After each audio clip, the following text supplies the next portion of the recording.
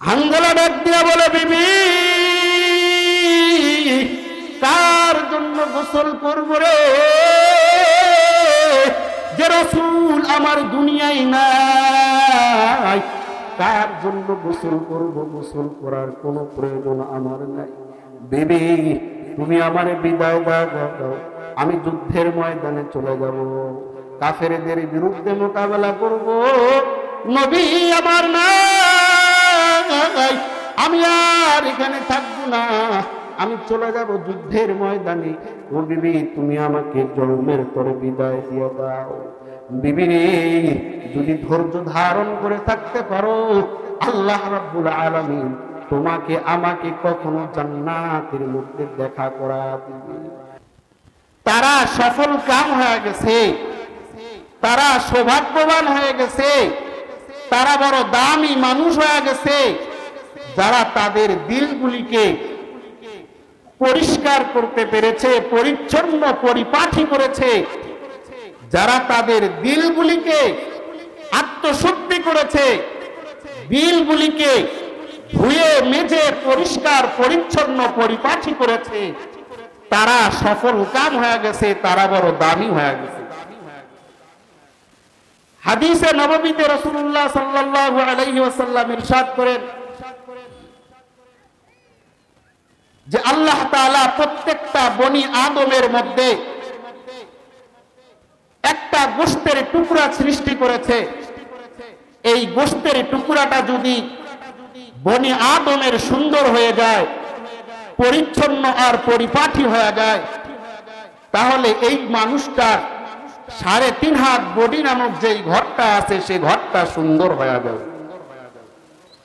অপর দিকে যদি আল্লাহর দেওয়া গোশতের টুকরাটাতে পছন্দ হয়ে যায়, গুনাহের দাগ লাগা যায়, গুনাহের পছন্দ হয়ে যায়, রাসূল বলেন তার গোশতের টুকরাটাতে পছন্দ হওয়ার কারণে আল্লাহর দেওয়া 3.5 হাত বডি নামক ঘরটা পুরাটার ভিতরে পছন্দ হয়ে যায়। অন্য হাদিসের তরজমা হলো আল্লাহর রাসূল বলেন আল্লাহ তাআলা মানুষের চেহারা আর সম্পদের দিকে তাকায় না, বরং আল্লাহ তাআলা বান্দার কলব এবং আমালের দিকে তাকিয়ে থাকে। আসুন দিলকে পরিষ্কার করব কেমনে? আপনার আমার শরীরে মাঝে মাঝে ময়লা লাগে না? কাপড়ে ময়লা লাগে না? শরীরে ময়লা লাগে না? কাপড়ে ময়লা লাগার মাজনি সাবান, সাবান দিয়ে কাপড়কে দোলা দিলে কাপড় তো পরিষ্কার হয়ে যায়। শরীরে ময়লা লাগছে, মস্ক আর বালতি দিয়ে উপর থেকে পানি ঢাললেই শরীরের ময়লা দূর হয়ে যায়, যায়নি?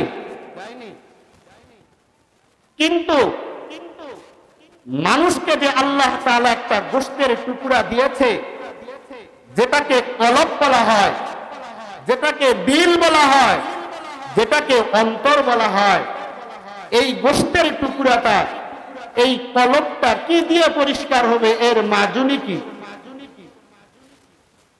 প্রত্যেকটা জিনিসের একটি মাজুনি আছে। আপনি আমি বাড়ির আসবাবগুলি পরিষ্কার করতে হলে এক এক আসবাবের এক এক মাজুনি আছে। কাপড়ে ময়লা লাগছে, সাবান দিয়ে ডলা দিলেই তো কাপড় পরিষ্কার হয়ে যায়। শরীরে ময়লা লাগছে, পানি ঢেলে একটু ঘষা মারলেই তো শরীর পরিষ্কার হয়ে যায়। বিভিন্ন থালা বাসনে ময়লা লাগছে, মা বোনেরা মাজনি দিয়ে পরিষ্কার করে, করে না? তো আপনার আমার কলব যদি অপরিষ্কার হয়ে যায়, কলব যদি পছন্দ হয়ে যায়, কলবের মধ্যে যদি গুনাহের দাগ লাগা যায়, তাহলে এই কলব পরিষ্কার করার মাজনি কি?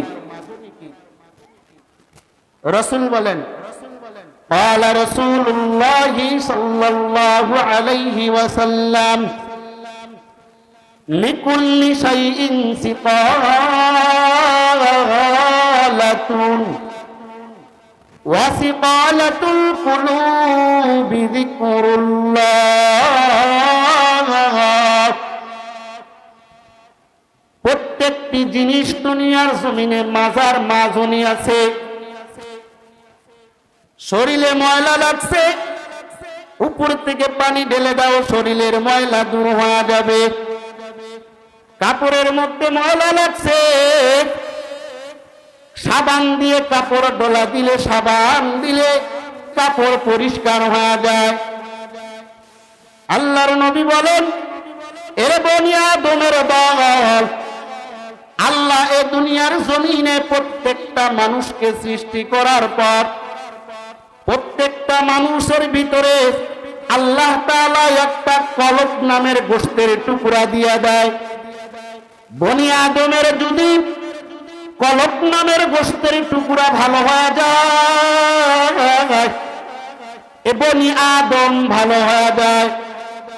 আর এই বনি আদমের কলব নামের গোশতের টুকরায় যদি গুনাহের ময়লা পড়া যায়, বনি আদমের কলব নামের গোশতের টুকরাটা যদি গুনাহের পছন্দ হয়ে যায়, তাহলে এই বনি আদমের পুরা 3.5 হাত বডিটার মধ্যে পছন্দ হয়ে যায়। আল্লাহর নবী বলেন, দুনিয়ার জমিনের এক একটা বস্তু পরিষ্কার করার পিছনে এক একটা মাজনি আছে। রে গোলাপ, মানুষের কলবগুলি পরিষ্কার করারও কিছু মাজনি আছে রে ভাই। এই মাজনি দিয়া যদি কলবের ভিতরে কেউ কোনো বান্দা ঘষণ মেরা দেয়, তার কলবগুলি পরিষ্কার ও পরিচ্ছন্ন পরিপাটি হয়ে যায়। কোন বান্দা যদি পরিষ্কার কলব নিয়ে অন্ধকার কবরে যাইতে পারে, আল্লাহর নবী বলেন, গোলাম কলবকে পরিষ্কার করে অন্ধকার কবরে আসতে দেরি হবে, জান্নাত যাইতে দেরি হবে না। তাহলে আপনার আমার ভিতরেও একটা গোশতের টুকরা আছে, সেই গোশতের টুকরার নাম কি? কলব। পরিষ্কার করব কেমনে? কলব পরিষ্কার করার তরিকা 5টা। আওয়াজ করে কোন কয়টা? 1 নাম্বার আকল।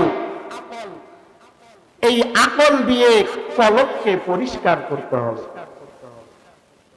মানুষ আকল দিয়ে দ্বীনের বিষয়ে ফিকির করবে, মাহফিলের বিষয়ে ফিকির করবে, কোরআন ও হাদিস নিয়ে ফিকির করবে। আকল দিয়ে ভালো কিছু ফিকির করবে, ফিকির করবে আকল দিয়ে, আল্লাহ তার অটোমেটিক কলব পরিষ্কার করতে থাকবে। জোরে বলেন সুবহানাল্লাহ। যদি এই আকলকে কাজে লাগায়, এই আকলকে কাজে লাগিয়ে যদি কলবকে পরিষ্কার করতে পারে, সে যদি বেঈমানের ঘরের সন্তান হয়, সে ঈমানের মতো মহা দৌলত পেয়ে জান্নাত পেয়ে যাবে। আর আকলকে যদি কাজে না লাগায়, সে যদি মুসলিমের ঔরস দিয়ে জন্মগ্রহণ করে, মুসলমানের ঘরের সন্তান হয়, মুসলমানের ঔরস থেকে দুনিয়াতে আসে, আকলকে কাজে লাগানোর, আকলকে কাজে না লাগানোর কারণে সে নাস্তিক ও মুরতাদ হয়ে মরবে, ঠিকানা হবে জাহান্নাম। আকল বড় দামি জিনিস। হযরতে আবু বকর সিদ্দিক রাদিয়াল্লাহু আনহু, ইসলামের প্রথম খলিফা আবু বকর সিদ্দিক রাদিয়াল্লাহু আনহু জান্নাতের সার্টিফিকেট প্রাপ্ত মানুষ। এই হযরতে আবু বকর সিদ্দিক রাদিয়াল্লাহু আনহু, ইনাকে এমন আকলের অধিকারী বলা হয়, তিনি তার আকলটাকে এমন কাজে লাগিয়েছেন যে হযরতে আবু বকর সিদ্দিক রাদিয়াল্লাহু আনহুর জায়গা হলো সমস্ত পয়গম্বরদের পর পৃথিবীর জমিনে যত উম্মত আসছে, এ সবগুলি উম্মতের সবার উপরের স্থান হলো হযরতে আবু বকর সিদ্দিক। কেন? হযরতে ঈসা আলাইহিস সালাম থেকে আপনার আমার নবীর মাঝখানে একটা লম্বা সময় গ্যাপ গেছেন 571 বছর। এই 571 বছরে কোন নবী দুনিয়ার জমিনে আসে নাই। এই 571 বছরে দুনিয়া নবী শূন্য, নবুয়তের আফতাব আর সূর্য আকাশে উদয় হয় নাই। এই অবস্থায় পুরা পৃথিবী আইয়ামে জাহিলিয়াত তথা জাহিলিয়াতের যুগের কালো অন্ধকার আচ্ছন্নিতে পুরা পৃথিবী সয়লাব হয়ে গেছে। সেই সময়ে হযরতে আবু বকর সিদ্দিক তার দিমাগ খাটিয়ে, তার আকলকে কাজে লাগিয়ে কোন গুনাহের কর্মে লিপ্ত হয়নি, জানাহের কাজে যায় নাই, গুনাহের কর্ম করে নাই, কখনো জবান দিয়ে মিথ্যা কথাও বলে নাই। এই কারণে যে সময়ের মানুষগুলি এমন আইয়ামে জাহিলিয়াতের পর্যায়ে পৌঁছে গেছে যে তারা তাদের জীবন্ত কন্যাকে, জীবন্ত মেয়েকে মাটির সঙ্গে পুঁতে রেখতেও কালবৈক্য করত না। তারা গর্ভবতীর মেয়ে পেটের ছেলে বাচ্চা নাকি মেয়ে বাচ্চা, এটাকে দেখার জন্য তারা গর্ভবতী মায়ের পেট ছিঁড়ে বাচ্চাকে দেখত। যে সময়ের মানুষগুলি এমন যুগে পরিণত হয়ে গেছে যারা তারা নিজের মেয়ে সন্তানকেও জীবিত কবর দেয়, ওই সময়ও হযরতে আবু বকর সিদ্দিক রাদিয়াল্লাহু আনহু তার আকলকে কাজে লাগিয়ে কোনদিন জবান দিয়ে মিথ্যা কথা বলে নাই, কোনদিন কোন গুনাহের কর্ম করেনি।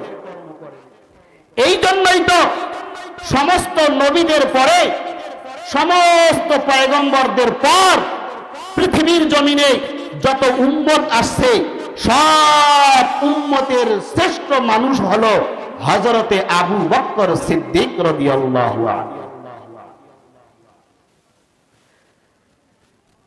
আকলের সর্বপ্রথম কাজ হলো আল্লাহকে ভয় করবে। আকল তার মুনিবকে ভয় করবে। এই আকল যদি কারো ভালো হয়ে যায় তাহলে ওই মানুষটা কখনো গুনাহের কর্মে লিপ্ত হতে পারে না। আকলের কাজ হলো সর্বপ্রথম মুনিবকে ভয় করবে। আকল দিয়ে ফিকির করবে, আসমান তো এমনি হয় না, এ জমিন এমনি হয় না, এ তারকারাজি তো এমনি উদয় হয় না, সূর্য তার কক্ষপথ দিয়ে চলতেছে এমনি চলে না, চন্দ্র রাতের বেলা উদয় হয়, দিনের বেলা উদয় হয় না, এটা তো এমনি হয় না। এটার পিছনে কোন মুনিব আছে কি নাই? এ মুনিবের নাম কি? আওয়াজ করে বলেন, নাম কি? আল্লাহ। আকলের এক নাম্বার গুণ হলো আকল রবকে ভয় করবে, রবের ভয় রাখবে আকল। কারণ যদি আকলে রবের ভয় থাকে রে ভাই, সে মানুষটা গুনাহের কর্ম করতে পারে না। গুনাহের কাজে গেলেও আকল তাকে বলে দিবে না, রে আকল গুনাহের কর্মে যাওয়া যাবে না, তার কাছে তো আমাকে দাঁড়াইতে হবে। রে আকল গুনাহের কাজে যাও না, গুনাহের কাজে যাও না। রবের দরবারে কি জবাব থাকবে তোমার? এই আকলে যদি রবের ভয় থাকে, আকল বান্দায় গুনাহের কাজে যাইতে পারে না।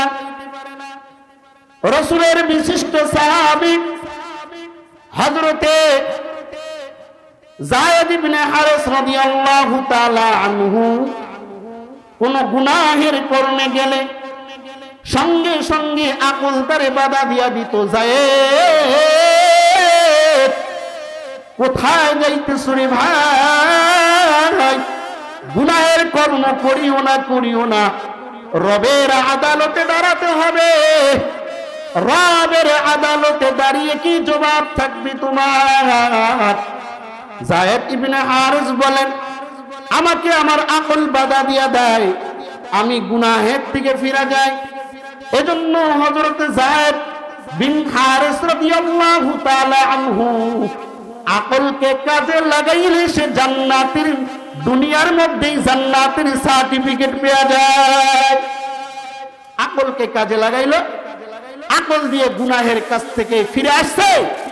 আল্লাহ তাদের আকলকে এমন ভাবে কবুল করছে যে আল্লাহ তাআলা দুনিয়াতেই তাদের জান্নাতের সার্টিফিকেট দিয়েছে। আকলকে কাজে লাগাইতে হবে, আকল দিয়ে গুনাহের কাজে যাওয়া যাবে না। রাসূলের বিশিষ্ট সাহাবী হযরত সাঈদ ইবনে আব্দুর রহমান ও সালাবাতুল আনসারী রাদিয়াল্লাহু তাআলা আনহু, একজন হলেন মুহাজির সাহাবী আর একজন হলেন আনসার সাহাবী। আল্লাহর নবী যখন তাবুকের যুদ্ধে যায়, হযরতে সাঈদ ইবনে আব্দুর রহমানকে সঙ্গে নিয়ে আল্লাহর নবী সালাবাতুল আনসারীকে বলে, সালাবা, তোমার ভাই সাঈদ ইবনে আব্দুর রহমানকে নিয়ে আমি যুদ্ধের ময়দানে চললাম। এই সাঈদ ইবনে আব্দুর রহমানের বিবি তোমার কাছে আমানত। সাঈদ ইবনে আব্দুর রহমানের মাল সম্পদ, তার সন্তানাদি সবগুলি তোমার কাছে আমানত রাইখা গেলাম। আল্লাহর নবী হযরতে সাঈদ ইবনে আব্দুর রহমানকে নিয়ে যুদ্ধের ময়দানে চলে গেলেন।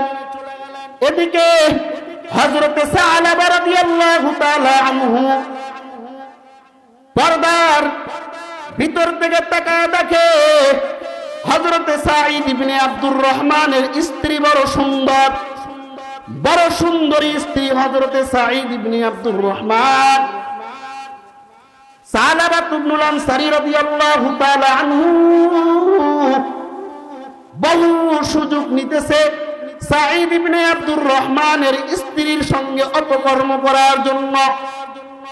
একদিন মৌকা মিলে গেছে, হযরতে সালাবা ইবনুল আনসারী রাদিয়াল্লাহু তাআলা আনহু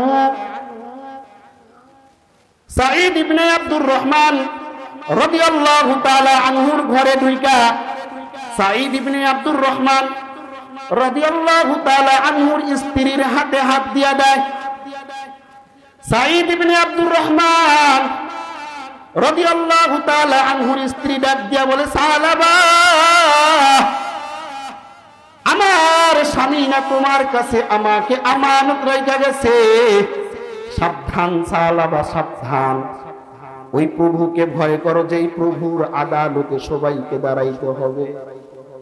সালাবা আকলে ধাক্কা লাগিয়া গেছে, হায় আমি কি করলাম। আমার ভাই সাঈদ ইবনে আব্দুর রহমান তো আমার কাছে আমানত রাইখা গেছে, এ আমানতের খেয়ানত তো করা যাবে না। রবের দরবারে আদালতে কিবরিয়া, রবের আদালতে তো আমাকে দাঁড়ায় যাইতে হবে। সালাবা ইবনুল আনসারী রাদিয়াল্লাহু আনহু ঘর থেকে বাইর হয়ে দৌড়ায় দৌড়ায় দৌড়ায় দৌড়াইতে দৌড়াইতে দৌড়াইতে চলে গেছে বহুত দূরে এক পাহাড়ের উপরে। এদিকে আল্লাহর নবী হযরতে সাঈদ ইবনে আব্দুর রহমানকে নিয়ে যুদ্ধের ময়দান থেকে ফিরে আসছে। সাঈদ ইবনে আব্দুর রহমান ঘরে আইসা দেখে সালাবা নাই। বিবিকে ডাক দিয়ে বলে, বিবি রে, আমার ভাই সালাবা কোথায়? বলে, আজ 3 দিন আগে সালাবা বাড়ি থেকে বাইরে হয়ে গেছে, খুঁজে পাওয়া যায় না। সাঈদ ইবনে আব্দুর রহমান ডাক দিয়ে বলে, বিবি রে, আমার ভাই সালাবা কোথায় গেছে? সাঈদ ইবনে আব্দুর রহমান এবার বাড়ি থেকে বাইরে হয়ে গেছে সালাবার খুঁজে। খুঁজতেছে খুঁজতেছে খুঁজতেছে, দেখি এক রাখাল মাঠের মধ্যে বকরি চড়ায়। ডাক দিয়া বলে, ভাই রাখাল, এখানে কি এই আকার ও আকৃতির কোন মানুষ দেখছো নাকি? রাখাল ডাক দিয়া বলে, ভাই, আজ থেকে 3 দিন আগে ওই পাহাড়ের উপরে একজন মানুষ উইঠা চোখের পানি ফেলায়া কান্দে, কান্দে আর কান্দে। 3 দিন থেকেই কান্দে, কোনোদিনও খানা খাওয়ার জন্য যাইতে দেখি নাই। হযরতে সাঈদ ইবনে আব্দুর রহমান চলে গেছে পাহাড়ের উপরে, যে দেখে সালাবা সেজদায় পড়ে কান্দে। সালাবারে ডাক দিয়া বলে, সালাবা কেন কান্দো?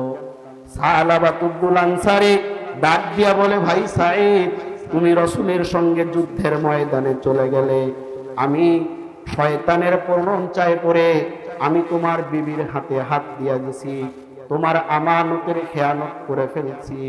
ভাই, আমি বড় অপরাধী। সাঈদ ইবনে আব্দুর রহমান বলে, সালাবা চলো, ঘরের দিকে চলো, আর কান্না করা লাগবে না, চলো, আল্লাহ তোমারে মাফ করে দিবে।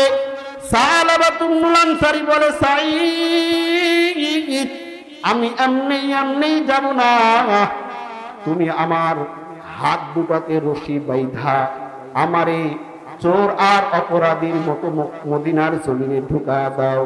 আমি বড় অপরাধী, আমাকে সর্বপ্রথম ওমরের আদালতে নিয়ে যাও। যদি ওমর আমার বিষয়ে মাফ করে দেয় তাহলে আমি ঘরে ফিরবো, না হলে ফিরবো না। হযরতে সাঈদ ইবনে আব্দুর রহমান তার রশি দিয়া সালাবা তুবুল আনসারীর হাত দুটি অপরাধীর মতো বাইলা নেয়। এবার সালাবা তুবুল আনসারীকে অপরাধীর মতো রশি লাগাইয়া সাঈদ ইবনে আব্দুর রহমান টানতেছে। এই দৃশ্য মক্কার সমস্ত, মদিনার সমস্ত মানুষগুলি দেখতেছে। সাঈদ ইবনে আব্দুর রহমান সালাবা তুবুল আনসারীকে অপরাধীর মতো হযরতে ওমরে ফারুকের কাছে নিয়ে আসলো। ও নবীজির দরদি সাহাবী ওমর, এই যে দেখছো সালাবা তুবুল আনসারী, এ আমানতের খেয়ানত কইরা ফেলছে, এ তোমার কাছে মাফের জন্য আসছে। ও নবীজির সাহাবী ওমর, তারে কি মাফ করা যায় না? আল্লাহর নবীর সাহাবী ওমর বলেন, সালাবা তুমি বড় জঘন্য অপরাধী, আমার দরবারে তোমার কোনো মাফ নাই, তুমি চলে যাও, আমার বাড়ি থেকে বাইরে হয়ে যাও। হযরতে সালাবা তুবুল আনসারীকে রশি লাগাইয়া সাঈদ ইবনে আব্দুর রহমান এবার টাইনা রাসূলের সবচেয়ে বড় দরদি সাহাবী আবু বকরের ঘরের দিকে নিয়ে সাঈদ ইবনে আব্দুর রহমান সালাবাকে অপরাধীর মতো টানতে হযরতে আবু বকর সিদ্দিকের ঘরে নিয়ে গেল। হযরতে আবু বকর সিদ্দিককে ডাক দিয়া বলে, ও রাসূলের দরদি সাহাবী, এই যে সালাবা, আমি যুদ্ধের ময়দানে গেলে সালাবা আমার স্ত্রীর হাতে হাত দিয়ে আমানতের খেয়ানত করে ফেলে। ও রাসূলের দরদি সাহাবী, সালাবার কি মাফ করা যায় না? হযরতে আবু বকর ডাক দিয়ে বলে, সালাবা, তুমি বড় অপরাধী, তুমি অনেক বড় জঘন্য অপরাধ করেছো, তোমার মাফ আমার আদালতে নাই, তুমি রাসূলের কাছে যাইতে পারো। রাসূল হলেন রাহমাতুল লিল আলামিন। রাসূলকে আল্লাহ এই পৃথিবীর সমস্ত মাখলুকের জন্য রহমত করে বানাইছেন। রাসূলের দিকে তাকাইলে জঙ্গলার হরিণী তার বাচ্চাকে ভুলা যায়, রাসূলের দিকে তাকাইলে জঙ্গলার হিংস্র জানোয়ারগুলি তার মানুষকে আক্রমণ করা থেকে ভুলা যায়। তুমি রাসূলের দরবারে চলে যাও। সাঈদ ইবনে আব্দুর রহমান হযরতে সালাবা তুবুল আনসারী রাদিয়াল্লাহু তাআলা আনহুকে অপরাধীর মতো বাইন্দা রাসূলের আদালতে নিয়ে আসলেন। ও পয়গম্বর, এই সালাবা তুবুল আনসারী, আমি যুদ্ধে আপনার সঙ্গে গেলে এ আমার বিবির উপরে অন্যায় ভাবে আমানতের খেয়ানত করতে চেয়েছে। ইয়া রাসূলুল্লাহ, সালাবার কি মাফ হবে না? আল্লাহর নবী বলেন, যে তার ভাইয়ের আমানত নষ্ট করতে পারে তার মাপ আমি রাসূলের দরবারে নাই, অতএব তুমি বাইরে হয়ে চলে যাও। সালাবা তুবুল আনসারী সাঈদ ইবনে আব্দুর রহমানকে ডাক দিয়া বলে, ভাই, আমার মুখ মতো অপরাধী আর এই দুনিয়ার জমিনে কেউ নাই, যার মাপ রাসূলের আদালতে হয় না, যে মাপ আবু বকরের আদালতে পায় না, যার গুনাহের মাপ রাসূলের দরবারে হয় না, তার থেকে বড় অপরাধী আর গুনাহগার দুনিয়ার জমিনে কেউ নাই। ও সাইদ, তুমি আমার ছায়া দাও, আমি চলে যাব। হযরতে সাঈদ ইবনে আব্দুর রহমান এবার হাতের রশি ছাইড়া দেয়। সালাবা এবার দৌড়ানি শুরু করছে, দৌড়াইতে দৌড়াইতে দৌড়াইতে মদিনার সবচেয়ে উঁচু পাহাড়ে উঠে গেছে সালাবা। সালাবা এবার আকল দিয়া ফিকির করে, মালিক আমার মতো গুনাহগার দুনিয়ার জমিনে কেউ নাই, আমি এমন গুনাহ করে ফেলাইছি যেই গুনার মাপ ওমরের দরবারে হয় না, আবু বকরের দরবারে হয় না, খুদ রাসূলের দরবারে হয় না। মালিক মেহেরবানি করে তুমি আমারে মাফ করে দাও। ও আল্লাহ, মক্কার সব মানুষগুলি আমারে তাড়া দেয়, আমার দেখলে ছি ছি করে, আমি অনেক বড় গুনাহগার। কাঁদতে কাঁদতে কাঁদতে কাঁদতে সালাবার চোখের পানি শেষ হয়ে গেছে, চোখ দিয়া রক্ত বাইর হয়ে গেছে। এদিকে আল্লাহ তাআলা ফেরেশতার মাধ্যমে, হযরতে জিবরাইলের মাধ্যমে রাসূলের কাছে ওহী নাযিল করে দিছে, ও পয়গম্বর, আমি সালাবার গুনাহ মাফ করে দিছি। সালাবা অনেক বড় উঁচু পাহাড়ে কাঁদতেছে, আপনি সালাবাকে ফিরায় নেন। আল্লাহর নবী হযরতে আবু বকরের সঙ্গে হযরতে আবু যর গিফারি আর হযরতে আলী রাদিয়াল্লাহু আনহু, এই তিন বুজুর্গ সাহাবীকে পাঠিয়ে দিলেন, সালাবাতুল আনসারীকে নিয়ে আসো। তার মাপের ব্যাপারে আল্লাহ কোরআনে কারীমে ঘোষণা করে দিছে, সালাবাতুল আনসারী কোথায় আছে? এই তিন সাহাবী মদিনার সব পাহাড়গুলি খোঁজা শুরু করলো। খুঁজতে খুঁজতে খুঁজতে খুঁজতে এমন এক পাহাড়ের নিচে গেছে, যেই পাহাড় থেকে শুধু ইয়া আল্লাহ ইয়া আল্লাহ ইয়া আল্লাহ আল্লাহর আওয়াজ আসতেছে। তিন সাহাবী পাহাড়ের উপরে উঠা দেখে সালাবাতুল আনসারী রাদিয়াল্লাহু তাআলা আনহু সিজদা দিয়া রবের কুদরতি পায়ে সিজদা দিয়া কাঁদতেছে। সালাবাতুল আনসারী কাঁদতে কাঁদতে চোখের পানি শেষ হয়ে গেছে রে ভাই, সালাবার চোখ দিয়া রক্ত আইসা গেছে।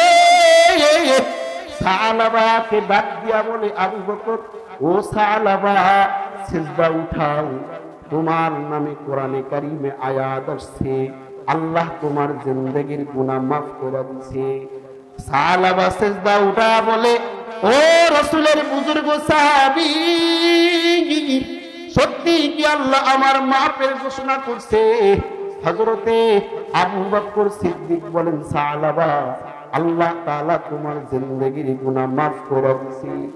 এবার সালাবাতুল আনসারী আবার আবু বকরের কাছে আবেদন করেন, ভাই, আমি বড় গুনাহগার, মদিনার সব মানুষগুলি জানে আমি বড় গুনাহগার, তোমরা আমাকে নিতে হলে আমাকে এমনি নিও না, আমাকে চোরের মতো হাত দুইটা বাঁধা মদিনার জমিনে ঢুকা দাও, যাতে করে মদিনার সব মানুষগুলি দেখে সালাবা অপরাধী, অপরাধীর শাস্তি অপরাধীর মতো। হযরতে সালাবার হাতের মধ্যে রশি লাগাইয়া হযরতে সালাবাকে মদিনার জমিনে ঢুকাইতেছে। এমন মদিনার জমিনে ঢুকাইতে ঢুকাইতে সন্ধ্যার সময় হয়ে গেছে, মসজিদে নববীতে আযান হয়ে গেছে। এদিকে রাসূলের সব সাহাবীরা নামাজে দাঁড়ায় গেছে।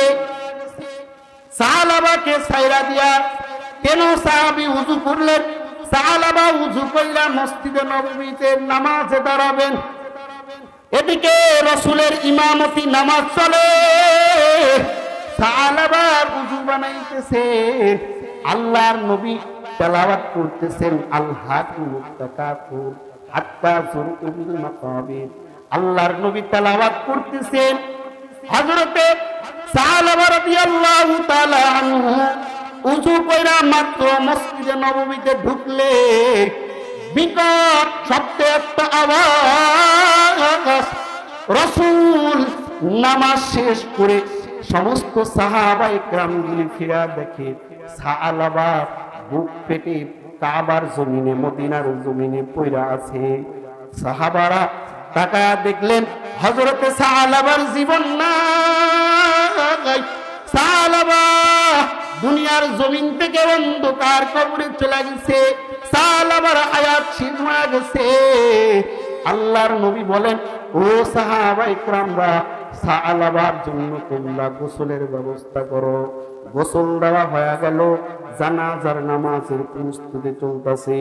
আল্লাহর নবী হযরতে সাহাবার জানাজায় অংশগ্রহণ করার জন্য যাইতেছেন, কিন্তু আল্লাহর নবী যেইভাবে হাঁটা দরকার সেইভাবে না হেঁটে কেমন যেন আঙ্গুলের উপরে ভর দিয়ে দিয়ে হাঁটতেছেন। পিছন থেকে ওমর ডাক দিয়া বলে, ইয়া রাসূলুল্লাহ, জমিনের মধ্যে পাটা ফেলা হাঁটেন না কেন? আল্লাহর নবী ডাক দিয়া বলে, ও ওমর, এই পুরা জমিনটা সাহাবার জানাজায় অংশগ্রহণ করার জন্য আসমান থেকে লক্ষ লক্ষ ফেরেশতা জমিনে চলে আসছে। আমি রাসূল যে পা ফেলবো, এ পা ফেলানোর জায়গাও না, পুরা মদিনার জমিন আসমানের ফেরেশতা দিয়া ভরপুর। এসব ফেরেশতাগুলি হযরতে সাহাবার জানাজায় অংশগ্রহণ করার জন্য চলে আসছে। আল্লাহর নবী সাহাবায়ে কেরামদের ডাক দিয়া বলেন, ও সাহাবায়ে কেরামের দল, সাহাবার তওবা, আকলের তওবা এমন কবুল হয়ে গেছে, পুরা মদিনার জমিনের মানুষের কাছে যদি এই সাহাবার তওবার সওয়াব বন্টন করে দেওয়া হয়, তাহলে সাহাবার তওবার যে এমন কবুল হয়ে গেছে আল্লাহর দরবারে, সমস্ত মদিনার মানুষগুলি নিষ্পাপ হয়ে জান্নাতে চলে যাবে।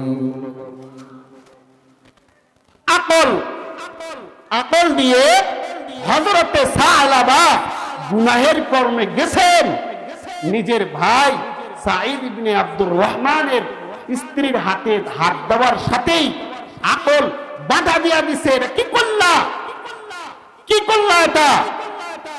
সে তো তোমার ভাইয়ের আমানত তোমার কাছে না, এটা তো অত্যন্ত খারাপ জিনিস, আমানতের খেয়ানত হয়ে যাচ্ছে, অতএব এ কাজ করা যাবে না। সাহাবা ফিরে আসছে, কিন্তু রবের কাছে এমন তওবা করে মরছে যে তার তওবা যদি পুরা মদিনায় বন্টন করা হয়, মদিনার সব মানুষগুলি জান্নাতে চলে যাবে। আকলের এক নাম্বার কাজ রবের ভয়, আকলের দুই নাম্বার কাজ হলো রসুলের মুহাব্বত। রসুলের মুহাব্বত না থাকলে দিল পরিষ্কার হয় না। দিল পরিষ্কার আর একটি মাধ্যম আকল। এই আকল দিয়ে রসুলের মুহাব্বত রাখতে হয়। আকলে যদি রসুলের মুহাব্বত না থাকে তাহলে দিল পরিষ্কার হয় না। এরে ভাই, আকল দিয়ে রসুলকে মুহাব্বত করতে হবে, রসুলের দুশ্মনী না, রসুলের দুশ্মনী নয়, বরং নিজের সন্তান, নিজের মা, নিজের বাবা, নিজের স্ত্রীর থেকেও রসুলকে বেশি ভালোবাসতে হবে। ওমর বলেন, ইয়া রাসূলুল্লাহ, আমি ওমর আপনাকে খুব ভালোবাসি, আমার সন্তানের থেকেও আপনাকে বেশি ভালোবাসি। আমার বিবির থেকেও আপনাকে বেশি ভালোবাসি, আমার আওলাদ পুত্র বিবি বাচ্চার সব থেকে বেশি ভালোবাসি। আল্লাহর নবী বলেন, ওমর তুমি এখনো পরিপূর্ণ মুমিন হতে পারো নাই।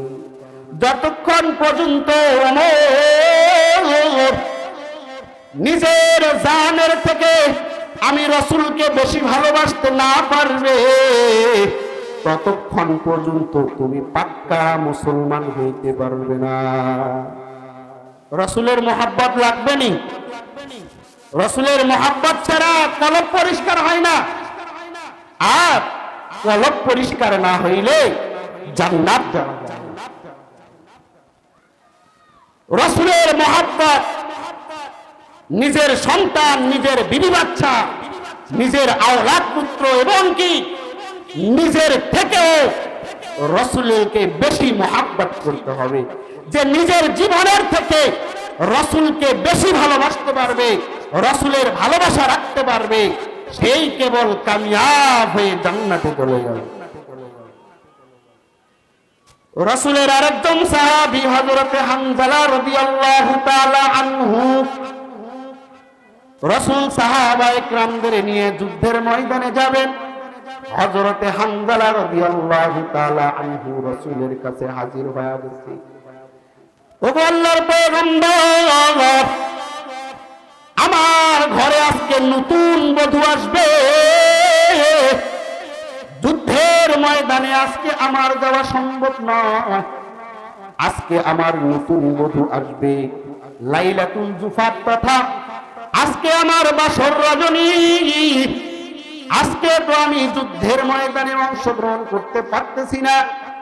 রাসূল হযরতে হানজালা রাদিয়াল্লাহু তাআলা আনহুরে রুখসত দিয়া দিবেন, ছুটি দিয়া দিবেন, হানজালা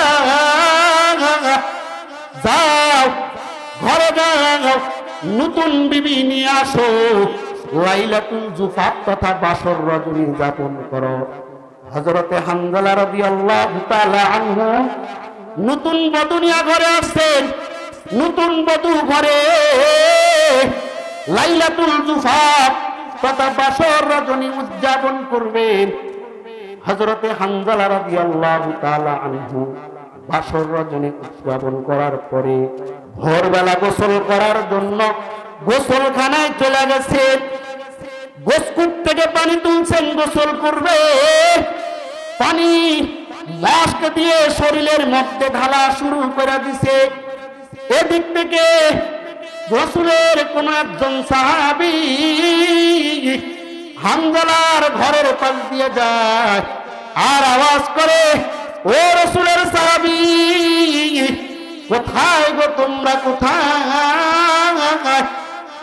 রাসূল নাকি উহুদের ময়দানে শহীদ হয়ে গেছে।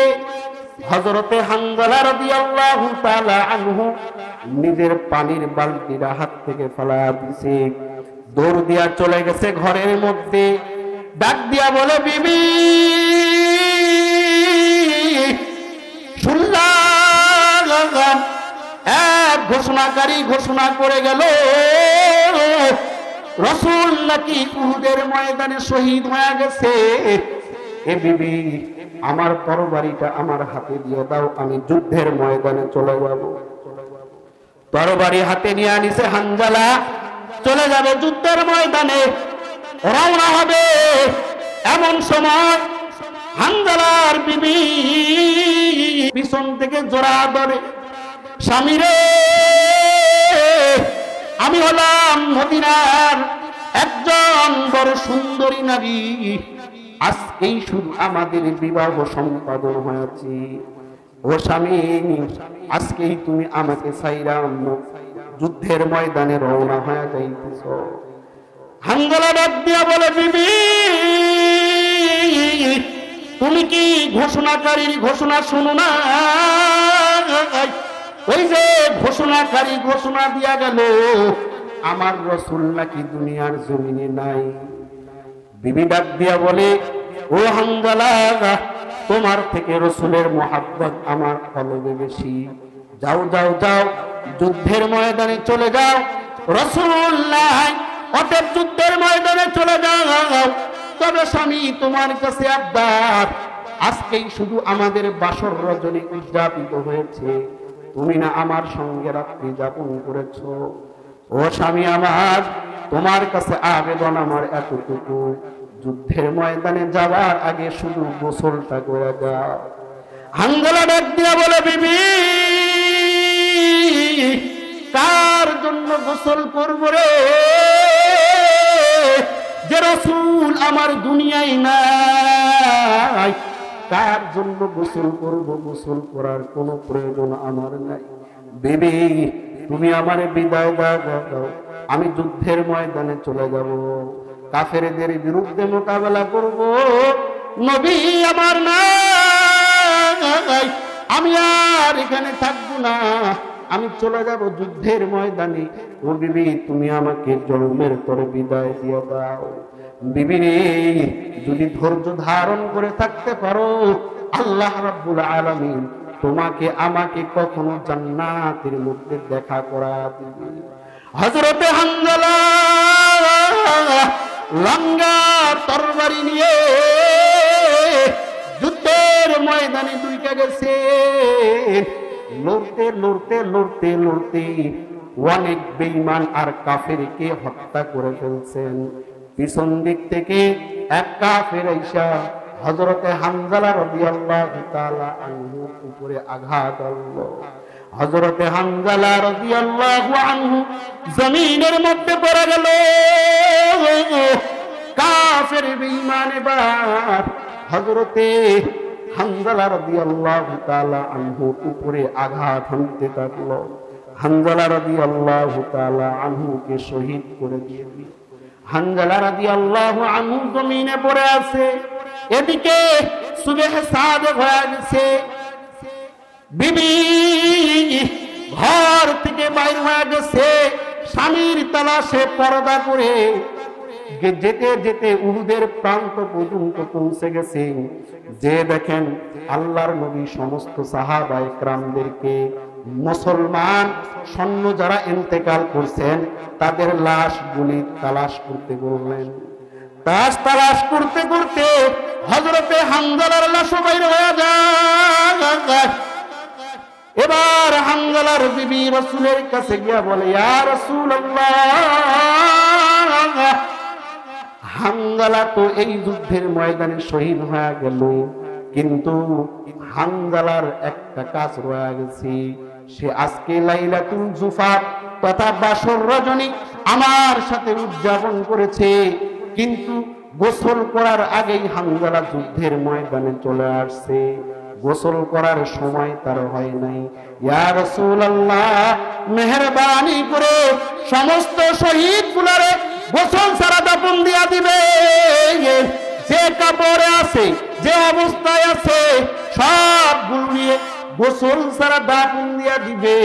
কিন্তু ইয়া রাসূলুল্লাহ, আপনার কাছে হাত করে আবেদন করি, আমার স্বামী হানজালা, হযরতে হানজালার লাশটাকে গোসল দিয়ে তারপর কবরে রাখবেন। লম্বা ইতিহাস ভাই, আল্লাহর নবী লাশ তালাশ করা শুরু করলেন। হযরতে হানজালা রাদিয়াল্লাহু তাআলা আনহু লাশ আসমান থেকে জান্নাতের পানি দিয়ে গোসল হয়ে দুনিয়ার জমিনে আইসা যায়। মেহমান চলে আসছেন। আল্লাহ রাব্বুল আলামিন, আমি যে কথাগুলি বললাম টুটা ফাটা কথা, উলামা ইকরাম আসবেন, ওনারা জ্ঞান গর্ব আলোচনা করবেন। আমার কথার শেষ কথা হলো এটাই, যে মানুষ, প্রত্যেকটা মানুষের কলবে আল্লাহ তাআলা একটা গোশতের টুকরা রাখছেন। এই গোশতের টুকরাটা যদি মানুষের ভালো হয়ে যায়, তাহলে পুরা 3.5 হাত বডির মানুষটা ভালো হয়ে যাবে। অপর দিকে যদি এই গোশতের টুকরাটা মানুষের ভালো না হয়, গোশতের টুকরার মধ্যে কোনো পচন ধরা যায়, তাহলে এই 3.5 হাত বডির মানুষটা, পুরা মানুষটা পচন ধরা যাবে। সে কথা বলবে, সত্য কথা বাইরে হবে না, মিথ্যা কথা বলতে পারবে। এজন্য এই কলব নামের গোশতের টুকরাটাকে পরিষ্কার পরিচ্ছন্ন পরিপাটি করার জন্য কয়েকটি মাধ্যম আছে, কয়েকটি মাজনি আছে। এর একটা মাজনি হলো আকল। এই আকল দিয়ে ইসলামের ভালো কর্মগুলি সম্পাদন করে, এই আকল দিয়ে ভালো ভালো জিনিসগুলি উদ্ভাবন করে, ভালো ভালো জিনিসগুলি ফিকির করে, এই আকল দিয়ে কলবকে পরিষ্কার করতে হবে। এর আরেক